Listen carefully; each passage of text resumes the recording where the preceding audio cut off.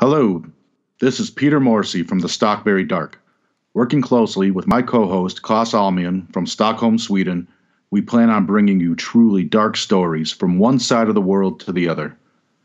We have been busy interviewing many of our friends from our world and subculture, stories dealing mainly with the occult, paranormal, and other dark topics. We really hope you enjoy these episodes as much as we do. What started as a spark from the mind of Klaus has now certainly ignited a huge firestorm of stories that will surely keep you up at night. The Stockbury Dark can be found on iTunes Podcasts, on our Facebook page, the official Stockbury Dark, Instagram, and Twitter, as well as our website, thestockburydark.com. We can be reached at thestockburydark@gmail.com. Please help us spread the word, and thank you for listening. This episode of the Stockbury Dark is brought to you by the Black Market Kitchen.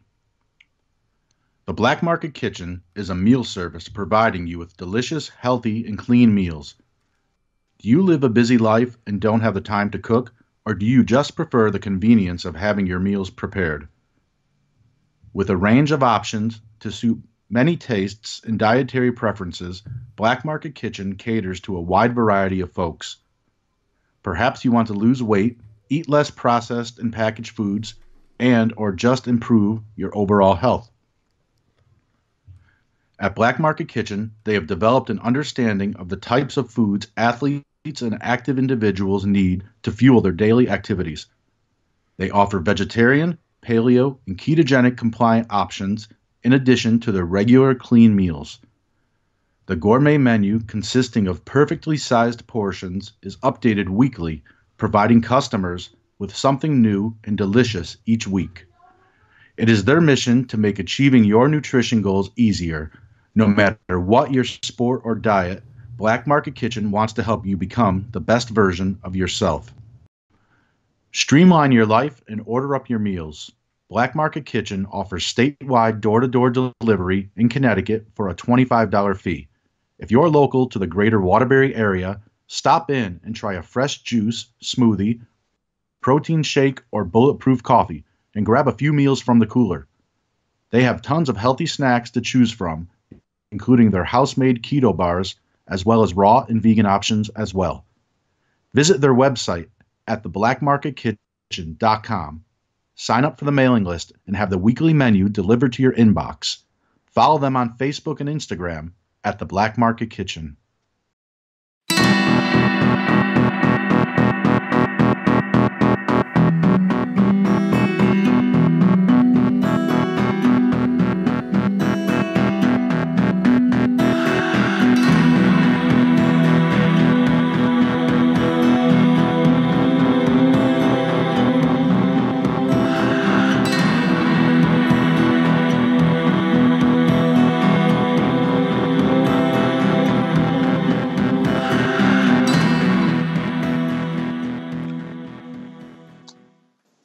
Hello and welcome to the Stockbury Dark.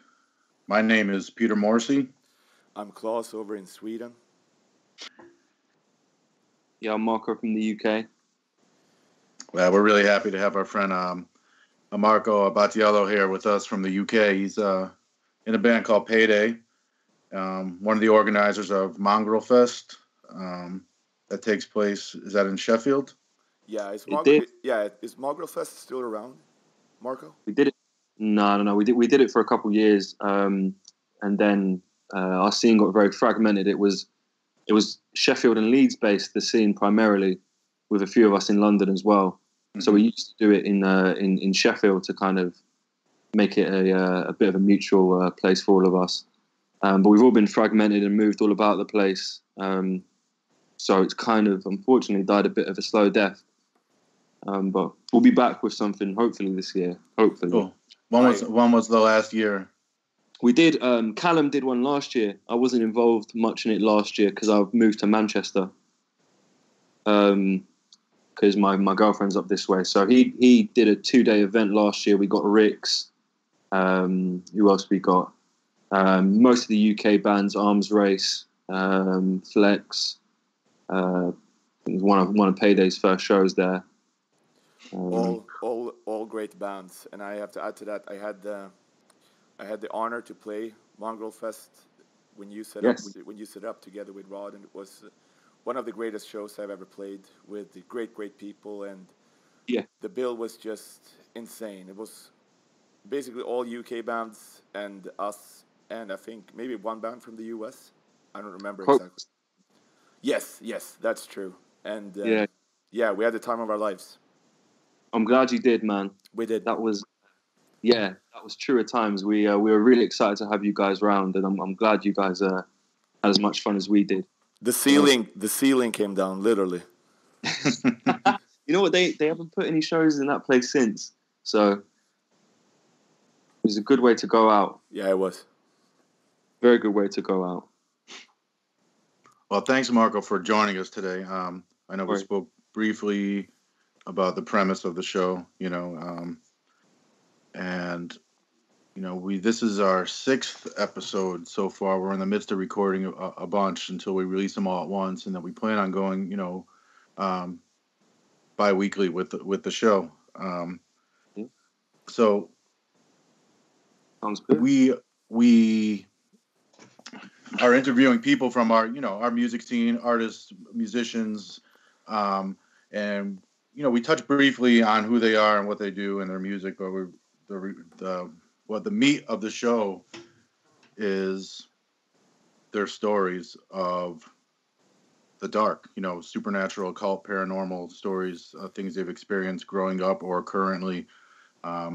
We heard from mutual friends that you had something that's been you've been entertaining for a long time through your life, and of course we're willing to listen, and we're anxious to hear this story.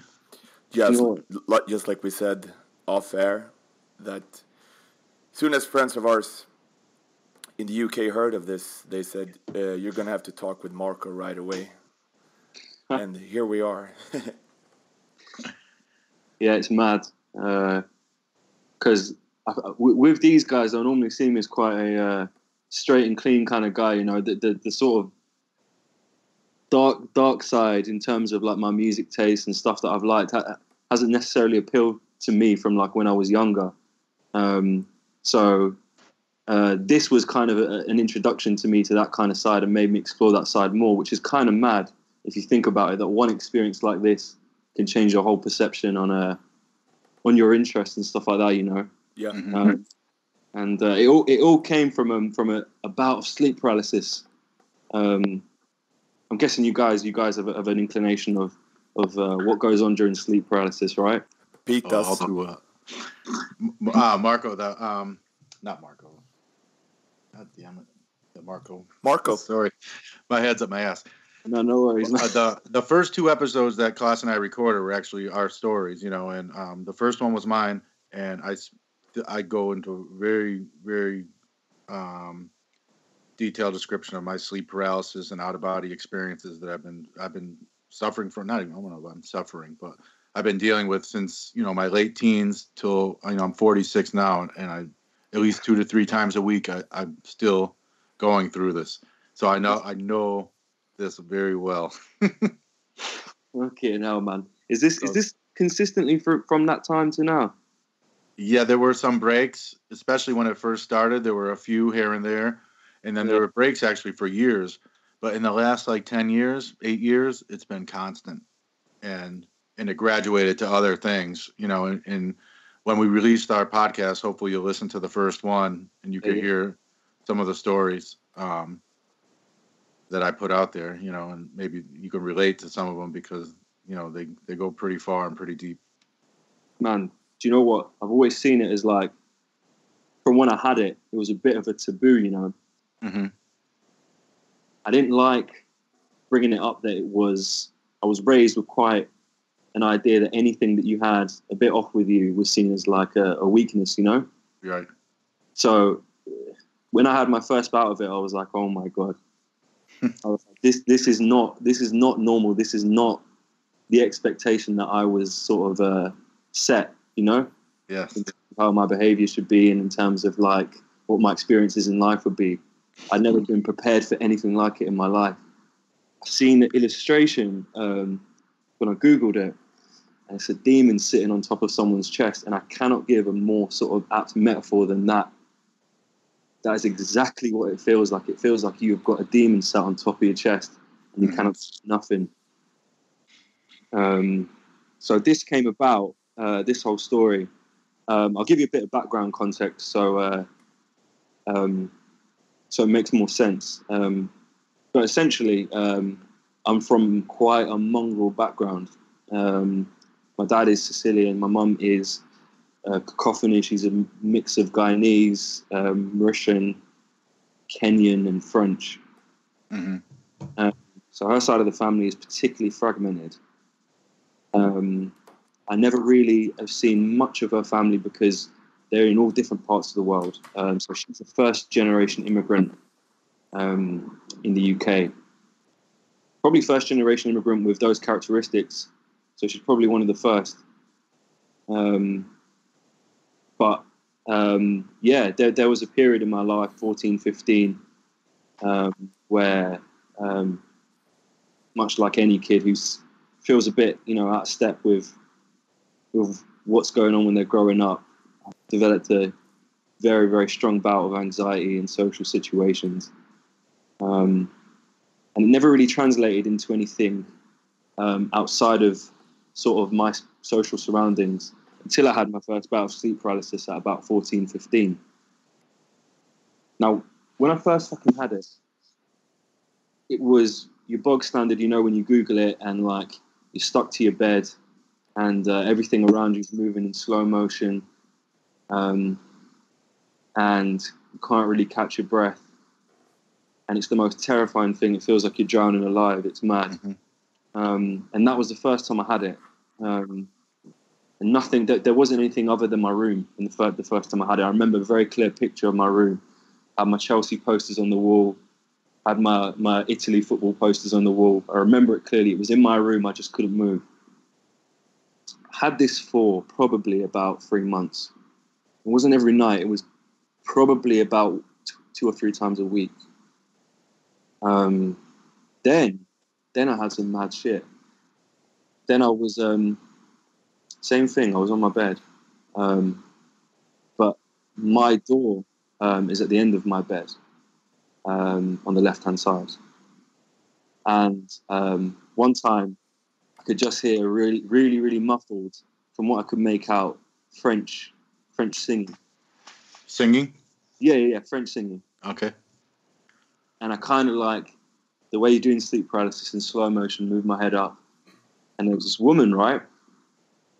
Not facing me, facing the door, scratching this door. Like continuously scratching this door and just singing in French. Yeah. I was like, what the fuck is this? I thought this was it, man. I genuinely thought I'd died and gone to hell. Mm-hmm. Because I can't explain it. It's not an archetypal vision of hell, Right. It was what I thought hell would be like. You know what I mean? It just felt that dark to you, I guess. But I understand what you're saying, yeah. It felt like the darkest possible variable that was beyond my methods of conception. I couldn't process my head around this. This woman dressed in, what? It wasn't even like Victorian, like ghosts have, right? Right. So she was dressed like in just normal trousers and like a shirt, like a normal woman that you see like walk across the road. She had this black bob, right? And just facing this wall, singing in French and scratching my door. Yeah.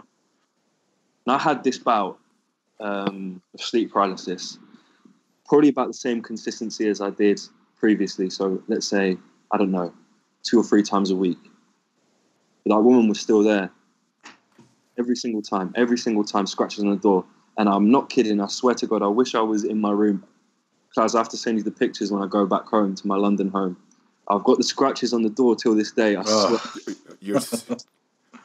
fucking down, I've got scratches on this door. Yeah. So, check this out, yeah? Probably about 3 or 4 months into having this 2 or 3 times a week, yeah? This woman fucking turns around. She's got soft features, yeah? staring at me completely like aimlessly. I see her face, soft features, like a really like button nose and like subtle cheeks, really, really nice face, but like completely soulless, just singing this song, looking straight at me, singing this song. I never heard this song till today, yeah? Just singing this song. And I swear to you, we were going through some old photo albums. My mum says we've got some old photo albums, yeah? We're going through some old photo albums of her time when she was in Kenya, right? Mm-hmm. She don't think I ever told you that my mum was in the British Army. I said, you know what, Mum, I've never seen any pictures of any of your family. I haven't seen pictures of your mum. She was like, I'll show you. She started showing me this photo album, and I swear to God, I saw the woman in the fucking photo album, yeah? I screamed. Mate, I was losing my mind. So this is when you were still a teenager, 14, 15 years old, or were you older? I was 15 years old. Yeah. Wow. This was in line with this. And I was screaming. I said, who's that? I said, tell me now, who's that? She was like, calm down. I said, no, you don't understand. Tell me who's that. She was like, that's my mom. I said, no, I don't. I said, don't tell me that. Yeah. Do not fucking tell me that. She goes, that is my mum. I'd never seen my grandma up until that point. But she had been there at the end of my bed, scratching my fucking door. And my door, I swear to God, I swear to you, has got them scratches to this day. Oh my gosh. So obviously you were scared of this. Did she seem menacing at all to you, or to pay any attention to you when she turned around? Was she looking through you, or was it through me? It was mad. It was through me. Honestly, it was like I was in isolation in this place. I was like, you know, like a Dickens Christmas Carol, where he's just going to the scenarios and he's just in the environment. Yes. So this felt to me like I was in this environment.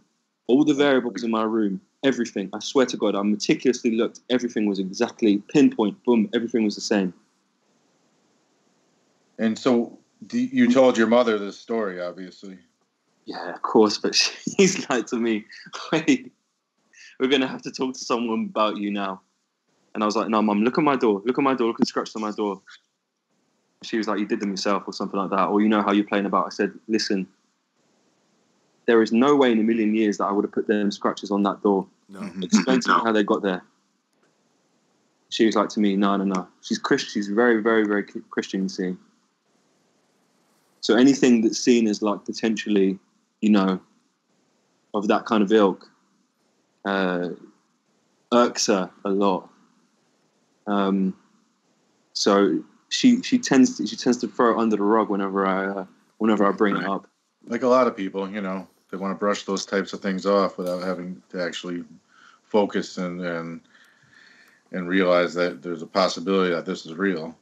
There's another side to it as well, and that is that people that are super Christian, and I'm not putting Christians down overall, but especially when you talk to old school Christians, whenever you touch on these subjects, they put things in two categories: things that are good and things that are evil. Mm-hmm. And with evil, I'm obviously referring to the devil. Yeah. So even bringing up such subjects to them, that's like asking for attention from somewhere where you're not supposed to open doors or do anything. Like that's a gate that's supposed to be closed, even in conversations, which causes a lot of troubles for people that stumble across things or have experiences, because you can end up in a situation where there's no one to talk to. It felt like that, you know? Yeah.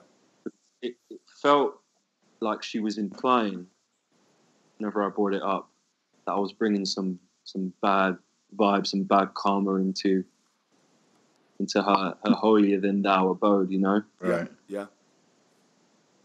And that, I don't know, I think she had a subconscious fear that this experience was like the catalyst for like demons entering, you know what I mean? Mm-hmm. Yes. Entering our house. And like, I don't know, the way she saw it was like you can never speak, you know, like in like Harry Potter with Voldemort, you know what I mean? like a situation, you never speak of this. You never mention this again. Yeah, I know exactly what you mean. Yeah. Well, no, they say, giving demons recognition, it opens a gateway to whoever they're presenting themselves to. So did this keep going on after you spoke with your mother about it? This is what's mad.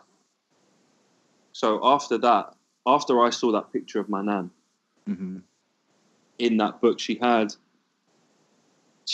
the attire was different. The attire what she was wearing was different because she was in her it was like an army picture. So she was there with her assault rifle and her full gear on, and she had the same hair and everything like that. But I never seen her in my sleep paralysis after that. It changed to just shadows and different kind of figures in different places in my room.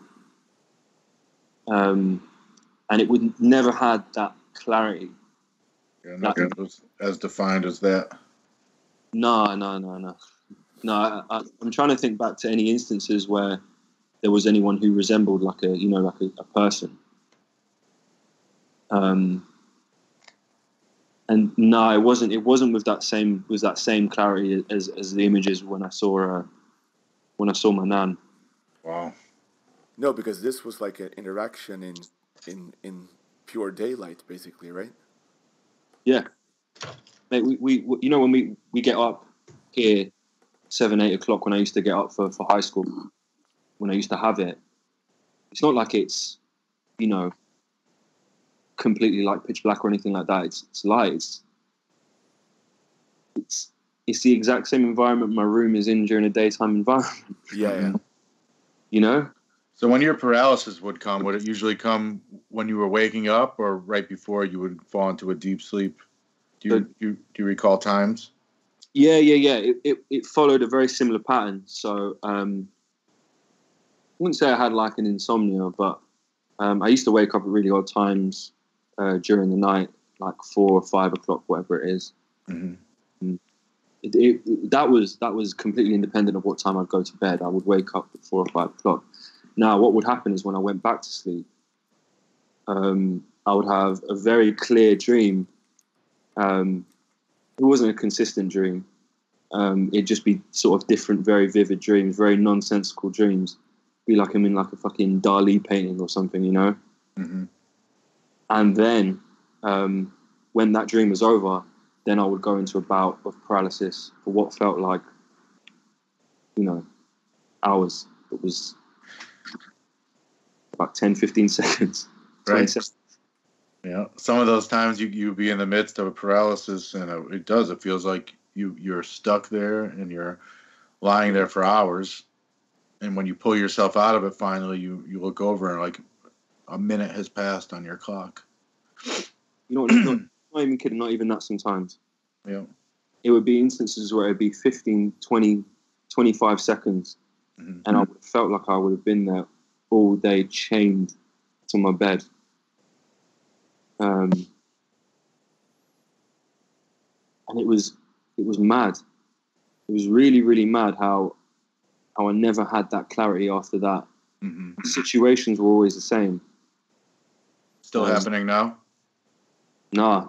No. This is what's mad.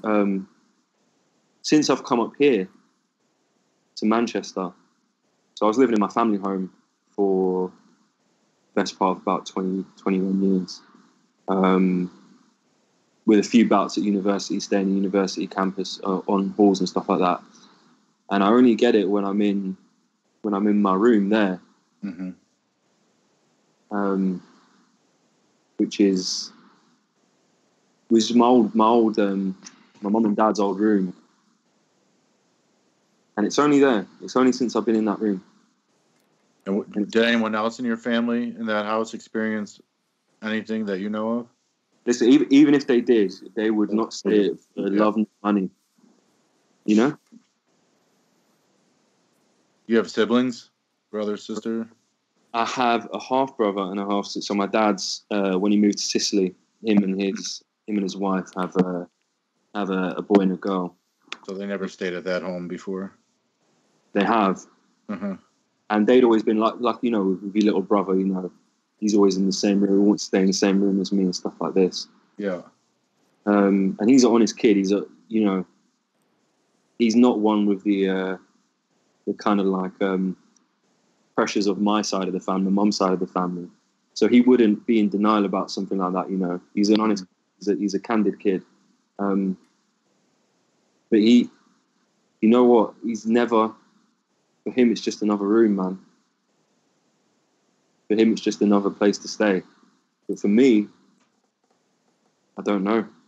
Mad. For you, it has become like that room is like a gateway to something else. Feels like it, Yeah, I understand that. It feels like it. If you look at the room from an aesthetic perspective, it's standard. It's like a bit like a David Lynch, like a still from a David Lynch film. Yeah. Like everything is normal, right? But something is just a bit off. But you don't know. When you look at a still in a David Lynch film, you don't know exactly what it is that's off, but you know something's a bit off. You know what I mean? 100% yes, and that's you totally get that feeling when it's the same vibe during the day as during nighttime. That's when it's really off. That's like it. It can be noon and it's like there's something about this room that's just rubbing me the wrong way. It's beyond me putting it into words. It's the ambience of the room. It's sorry, go on. Your grandmother, did she passed how long ago? We're talking about. So she was 40 years old, and it was when they first came to the UK in my mum's 57. She was born. So when my mum was 20, so about 77. And was she ever present in that home before? No. So my mum, when they came over the first time, they lived in a bedsit, 5-6 of them, in Ilford. And then my mum, my grandma died in the hospice. Pretty much 6 or 7 months. I think that's why they came to the UK. I think the British Army, for her service, I think they were giving her, I don't know the intricacies of it, but I'm certain that it was it was related to her condition why they migrated over here. Right.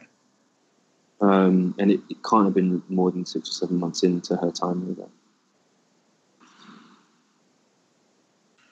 there. As you were telling me that story of the goosebumps on my arm were rising up. Fucking hell. Oh my God! I can imagine being in your position. Seeing that, especially as a young teenager. That's terrifying. Well, I think it's more from the perspective I had as a 15, 14-year-old. Mm-hmm. I have to say I had a very sheltered. In terms of exposure to that kind of stuff, like anything is seen as like dark or satanic or something like this, or that kind of vibe was like heavily frowned upon, to the extent where we kind of like we ostracized anything to do with that side. We went to church every week, and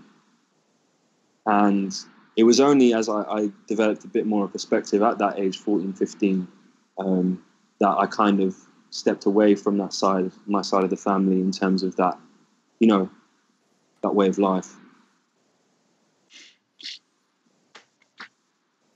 So as you got older, how often do you think about that? Do you when you go to sleep at night, do you still wonder if that's ever going to appear again to you? You know what it is after it disappeared, kind of canned it up until the point where me and Noel and Scott in Blind Authority, we were just talking about stupid shit and about like super scary stuff that had happened to them, and like I was been quiet the whole time, and I'd never told anyone that. But at that point, I was like, "Oh boys, listen to this one, yeah." And I thought it was going to be like, oh, whatever. You know what I mean? I thought, like, yeah, there's been way scarier shit than that. But, like, them lot reacted in the exact same way. They were like, what the fuck? They were like, that is mental. And then it dawned on me. It dawned on me only at that point. This must have been when I was about 21, 22. And I was like, that was actually quite a turning point. Wow. I gave it the perspective, you know. I don't think I really analysed it that much at the time. I just kind of like just threw it to the side and pretended it never happened after I told my mum.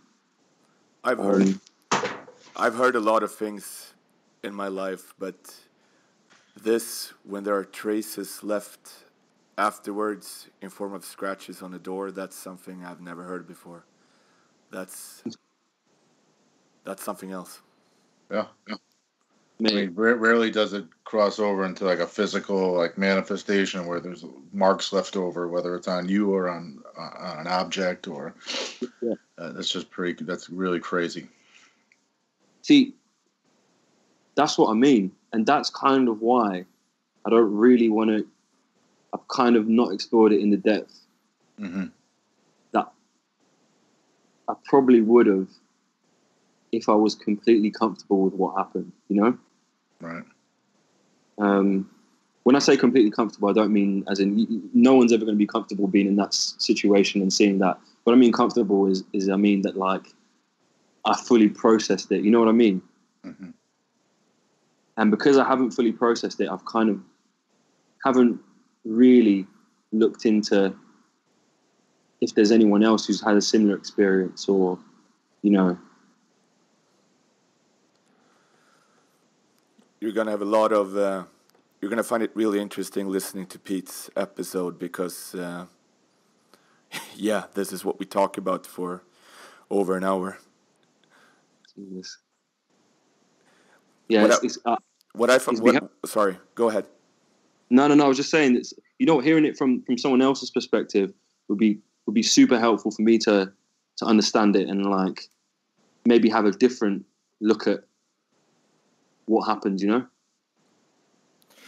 What I find super interesting when listening to both your story and Pete's is that for people that don't understand the aspect of sleep paralysis, is that we talk about dreams and we talk about dreaming, but this is a state that's actually extremely physical. Very, very physical. Like, that's the very state that you're in is like you can feel things. You can feel heavy. You can feel yourself getting grabbed or choked. And in your case, it's almost sorry. It's almost, again, being in between worlds. To me, that's what it always felt like. You know, almost just being stuck in between, whether you're conscious and sleeping state. But it always felt like another world to me, where I can hear these strange voices and see these different shapes and feel a presence and feel the breath on me from someone whispering in my ear to being completely terrified and frozen and not being able to move. And like you said, feels like you're drowning almost and hard to catch your breath. And it graduated to me where I would start leaving my body and I would float out of my body, fully conscious, looking at my body down on the bed, you know, and all those things just always felt in between worlds to me. And I always had this fear of being stuck in that world. Yeah. There's no full understanding it. No matter how much we talk about it, how much recognition we give it, whoever else shares common experiences, there's really no true answer to it. I mean, it's been broken down scientifically to a point, and I believe in some of the science to it, but there's something else way beyond that science. With the paralysis, right? Yeah. And that's how it felt. I didn't think it was explainable by any kind of breakdown of matter. You know what I mean? Mm-hmm. If someone had gone to me, you know, the biblical idea of hell with the fire and brimstone and fucking pitchforks and shit like that, I was like, send me there straight away. If it's a choice between being in that state perpetually or be in that fucking fire and brimstone shit. Send me there tomorrow. You know what I mean? Well, that sounds like this shook you to your core. Really. I'm telling you, it changed my perspective on everything. It changed my perspective on everything. It changed my ideas of good. Changed my perspective on good and evil. It changed my perspective on the world, on you know, on my perception and what I can see and what I can touch and what I can feel. Mm-hmm. It changed all of that. You know, they say that like when a demon was making itself known to you, sometimes they would try to trick you with a familiar presence, but it doesn't make sense to me knowing it was a family member who you've never seen or met before.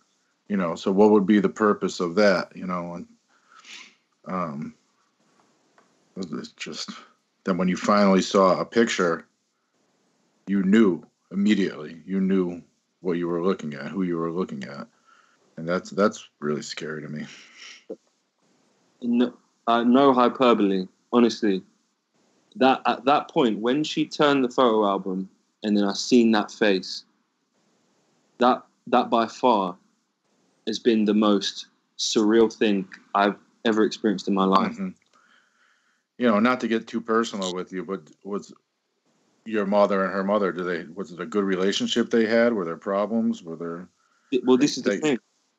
I think they had. My mum misses my mum, her mum, every single day. You know what I mean? It's like that. It's that kind of relationship where it's, and which I'd found particularly strange that she hadn't really shown me any kind of vestiges of memories or anything like that up until the age of 14, 15. Mm-hmm. You know what I mean? Yeah.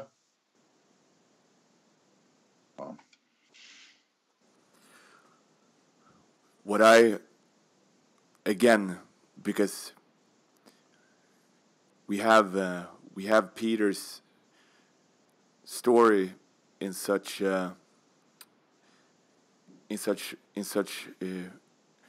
recent memory, I mean, obviously I believe in things, but I'm not a Christian. Yeah. But I'm starting to think about like how they say that Satan is disguised as the angel of light. Mm-hmm. And when it comes to that, I'm thinking of stories that Peter have told me about something or someone presenting himself or herself as someone you know, or someone at least that you should know. In this case, Marco, in your case, your nana, your grandma, but it's actually someone else or something else.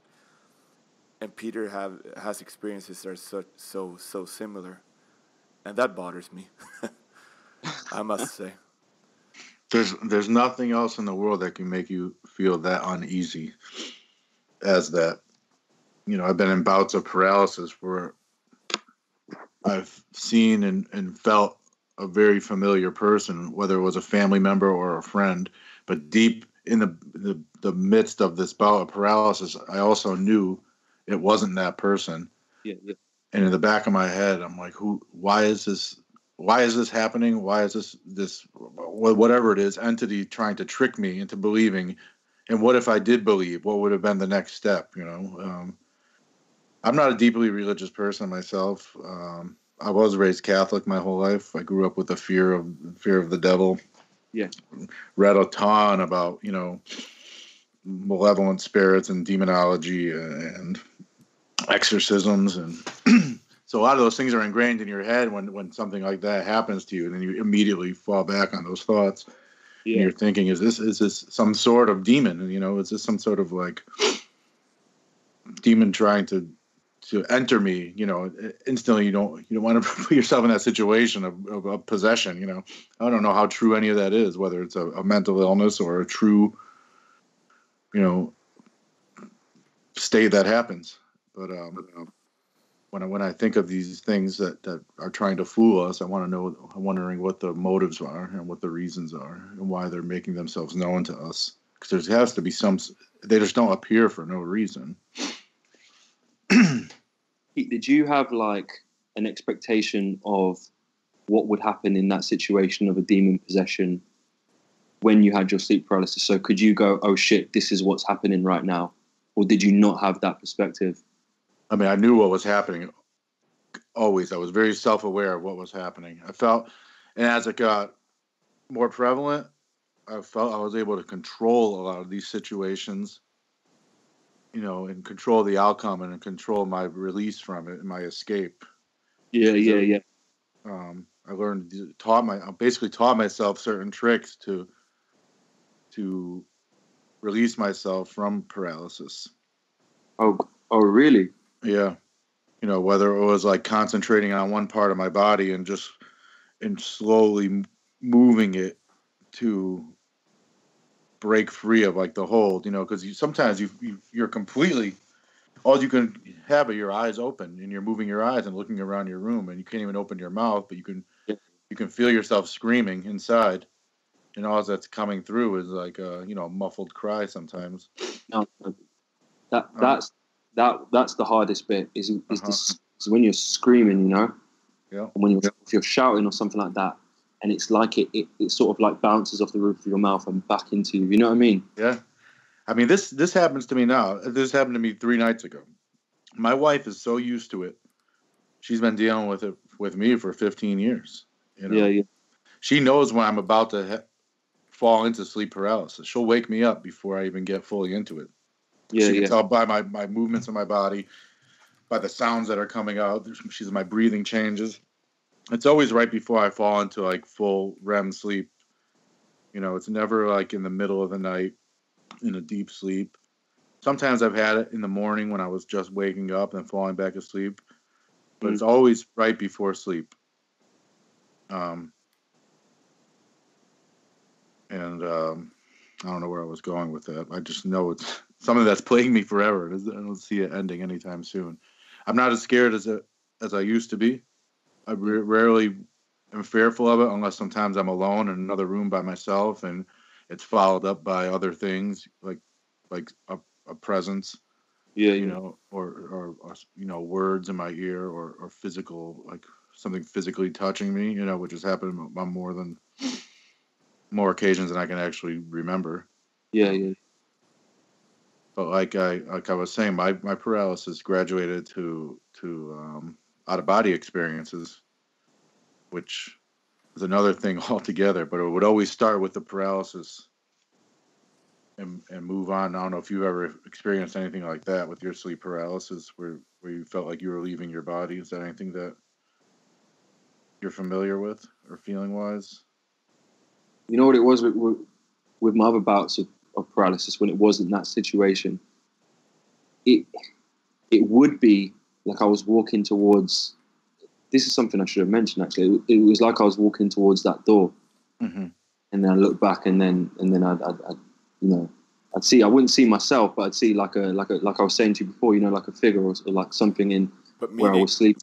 Sorry, Marco, but meaning that you were actually getting closer to this woman. So, no. So it wasn't when the woman was there. This was like past when I used to see my grandma. Okay. So it basically what it would be like, not too dissimilar to what you were saying, but you said you'd float and you'd see yourself from like a bird's eye perspective, right? Yep. My one was different, so it would be like a look back perspective. So I'd be walking towards trying to get out of my room, and then I'd look back, and then I wouldn't see myself, so to speak. It would just be a sort of shadowy kind of, and that would be as close to out of body as it got. But I didn't know whether that was me that I was looking back on, or whether it was just one of the many dark figures I used to see.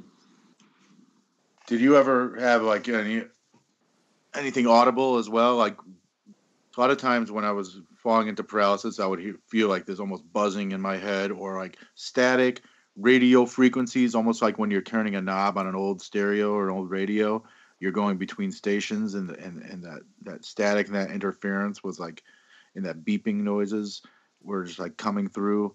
I mean, those are things that was and still happen to me when I'm about to fall into paralysis, and I would hear these noises, and they like these man-made mechanical type of noises or radio static. I don't know if you've ever heard anything like that. it's so hard to. I didn't hear anything like that, but it would be like, you know, when it's like deathly silence. Mm-hmm. It would be that, but the silence would sound slow. It's so hard to explain. Mm-hmm.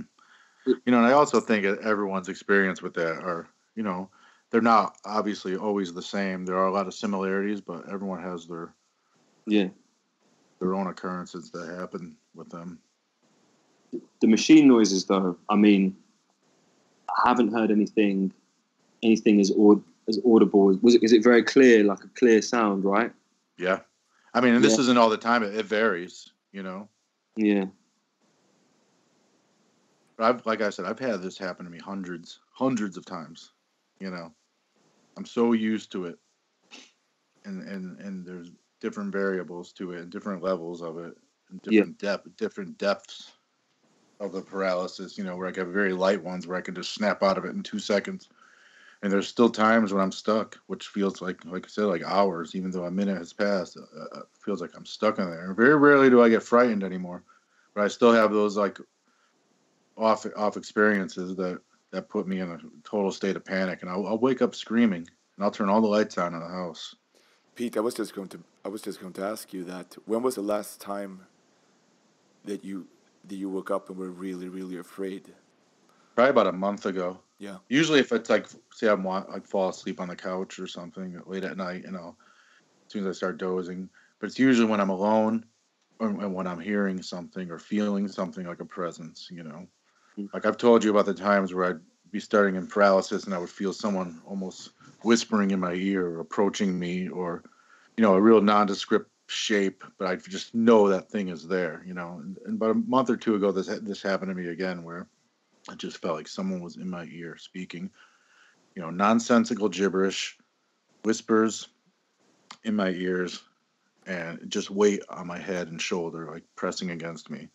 And those are the times that really terrify me, because I don't know what that is. Yeah, and I remember I just woke up screaming. I turned all the lights on, ran up to my bedroom, woke up Shannon, told her everything, you know.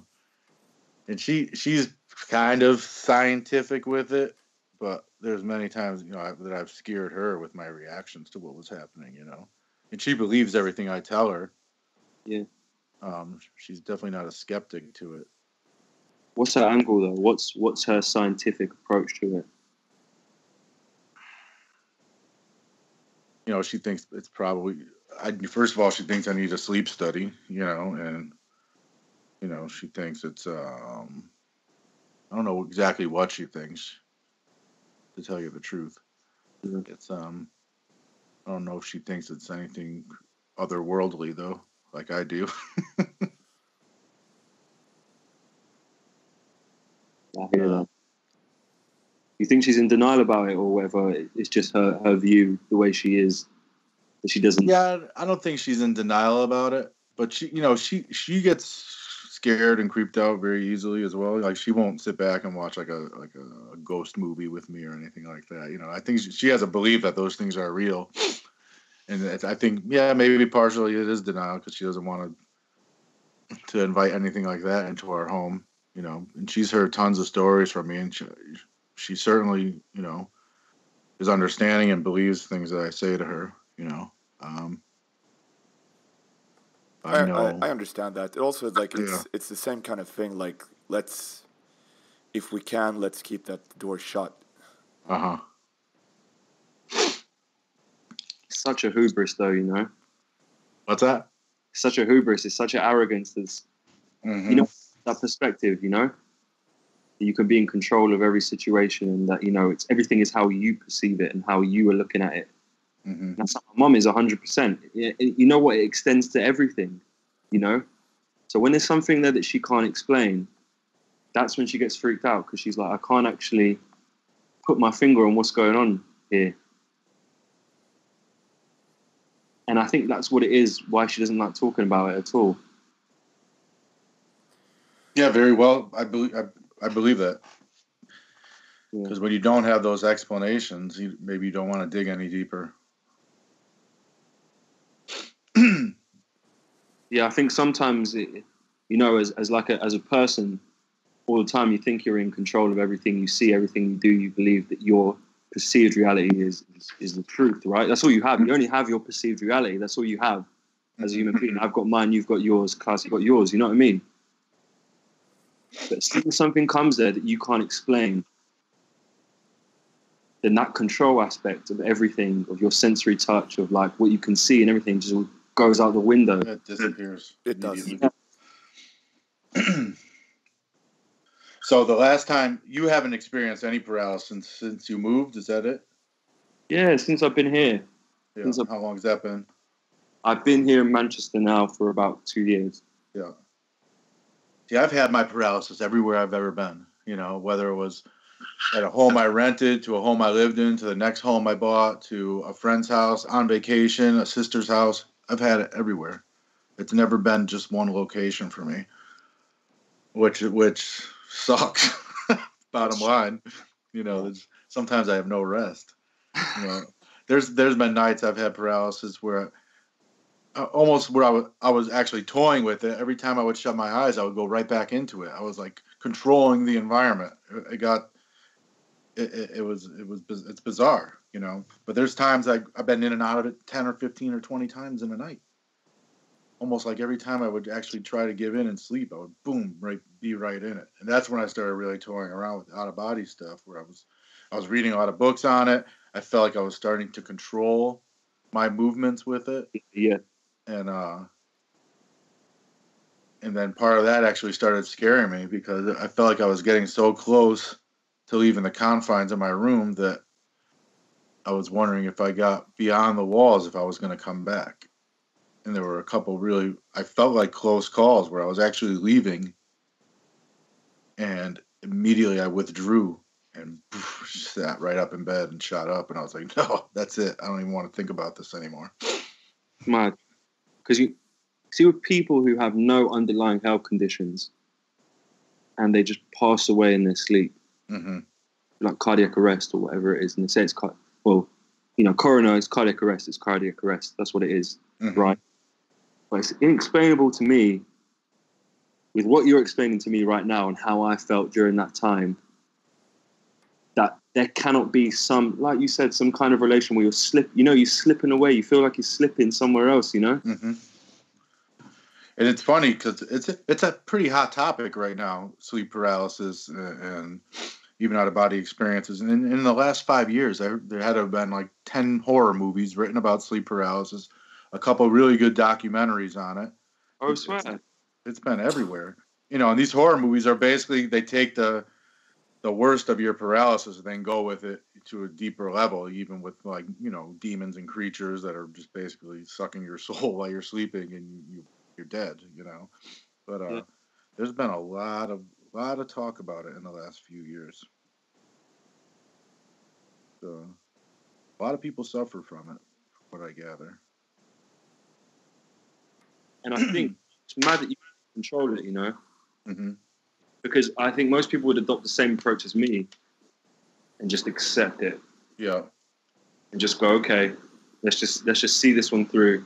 Yeah. And I feel like I would have been like that too if it wasn't happening so frequently. Yeah. You know, like I said, sometimes 3-4 times a week, it gets old. You're like, well, what am I going to do besides fuck around when I'm in this state almost, you know?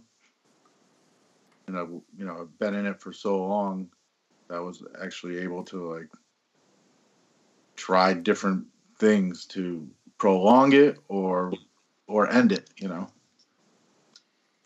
Did it become like a colloquial situation, you know, where it was like, no, obviously it's not relaxed in the sense of a social situation is, but was it just like, all right, this is going on? On some levels, yeah. Yeah. Yeah, and at certain times, definitely. It was like, here we go. I'm here, and I'm just gonna go with it because it was so common. It was such a common feeling.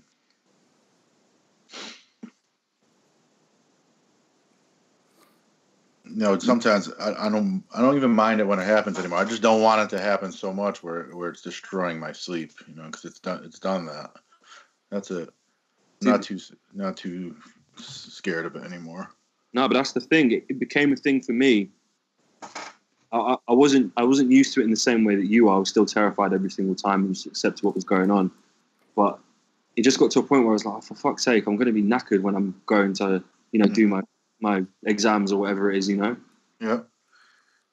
Something. So I would stay up. A lot of times I knew I wouldn't even go back to bed. I would just stay up. Say it was 3 or 4 in the morning. I'm like, I'm not even going to attempt to go back to sleep tonight, and just stay up. I don't know. Anything else, Klaus? No, I think this has been absolutely fantastic, Marco. This was perfect, and we knew when we sat down with you that this was going to be family related in a way. Yeah. But it's very interesting that it ended up being a story about sleep paralysis, but sleep paralysis in a way that I've never heard of it before. Mm-hmm. It's mad. I will remember that door for a long, long time.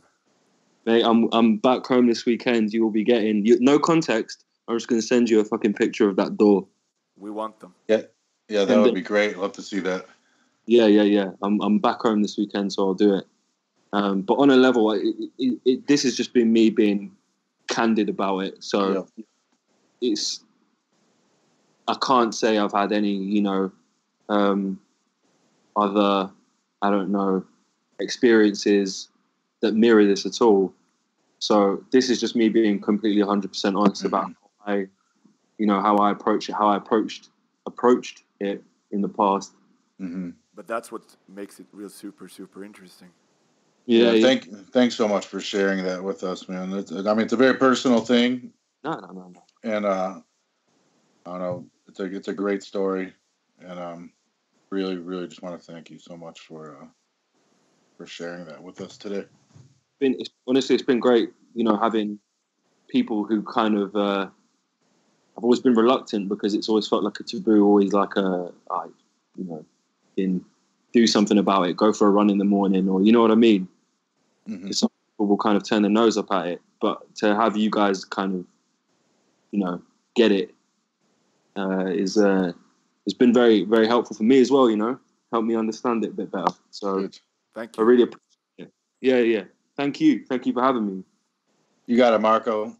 Yeah. Anything else, Klaus? You want to shout outs, thank yous? One thing, all you listeners out there, check out Payday London Straight Edge.